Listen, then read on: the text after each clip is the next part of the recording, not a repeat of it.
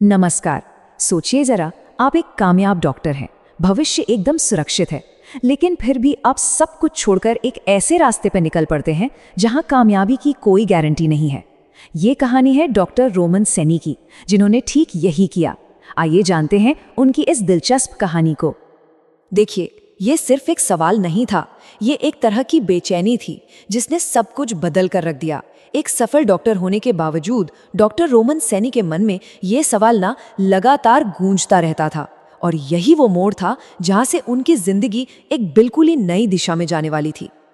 अक्सर ऐसा होता है कि बड़े बदलाव किसी नाकामी के बाद आते हैं, है ना?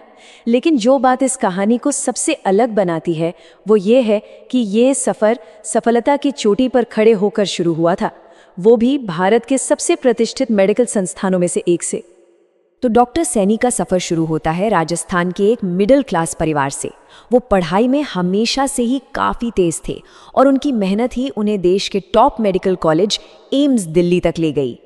MBBS की डिग्री हाथ में थी, मतलब एक डॉक्टर के तौर पर एक सुरक्षित और आरामदायक भविष्य उनके सामने था।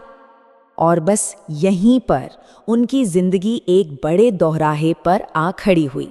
एक तरफ तो वो रास्ता था जिस पर वो आराम से चल रहे थे, सम्मान था, सुरक्षा थी, आराम था, और दूसरी तरफ एक बिल्कुल अनजाना रास्ता जो एक बड़े मकसद की ओर तो जाता था, लेकिन था पूरा का पूरा जोखिम से भरा। ये एक ऐसा फैसला था जो सचमुच सब कुछ बदल सकता था। तो उनके सामने दो विकल्प बिल्कुल साफ थे। एक तरफ डॉक्टर के तौर पर एक सेफ और सम्मानजनक करियर जो उन्हें एक आरामदायक जिंदगी की पूरी गारंटी देता, और दूसरी तरफ था IAS बनने का सपना, मतलब देश की सबसे मुश्किल परीक्षा जहां लाखों लोग कोशिश करते हैं और सफलता की दूर दूर तक कोई गारंटी नहीं होती। एक तयशुदा भविष्य को छोड़कर अनिश्चितता को चुनना, इसके लिए वाकई असाधारण हिम्मत चाहिए थी, और उन्होंने वो हिम्मत दिखाई, उस अनिश्चित रास्ते को चुना। लेकिन फैसला लेना तो बस शुरुआत थी। अब शुरू हुआ असल संघर्ष का दौर, सिविल सेवा परीक्षा की तैयारी जो त्याग और चुनौतियों से भरी हुई थी।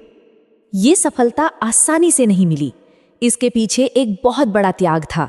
सबसे पहले तो उन्होंने अपनी सेट सुरक्षित नौकरी छोड़ी, फिर दिन रात घंटों तक पढ़ाई में खुद को झोंक दिया। संसाधन भी सीमित थे और हर पल असफलता का डर तो साथ था ही। ये सिर्फ एक करियर का नहीं, बल्कि एक पूरी जिंदगी का दाव था। लेकिन कहते हैं ना कि हर संघर्ष की एक सुबह होती है। उनकी अटूट मेहनत और लगन अब उन्हें मंजिल के बेहद करीब ले आई थी। कहानी अपने सबसे रोमांचक मोड़ पर थी, जहां सालों के त्याग का इनाम मिलने वाला था। और फिर वो साल आया, 2013, एक ऐसा साल जो उनकी जिंदगी हमेशा के लिए बदलने वाला था। साल 2013 की UPSC परीक्षा, और नतीजा था ऑल इंडिया रैंक 18। ये उनके हर एक त्याग और हर एक घंटे के संघर्ष की शानदार जीत थी। वो डॉक्टर जिसने सब कुछ दांव पर लगा दिया था, अब एक IAS अफसर था।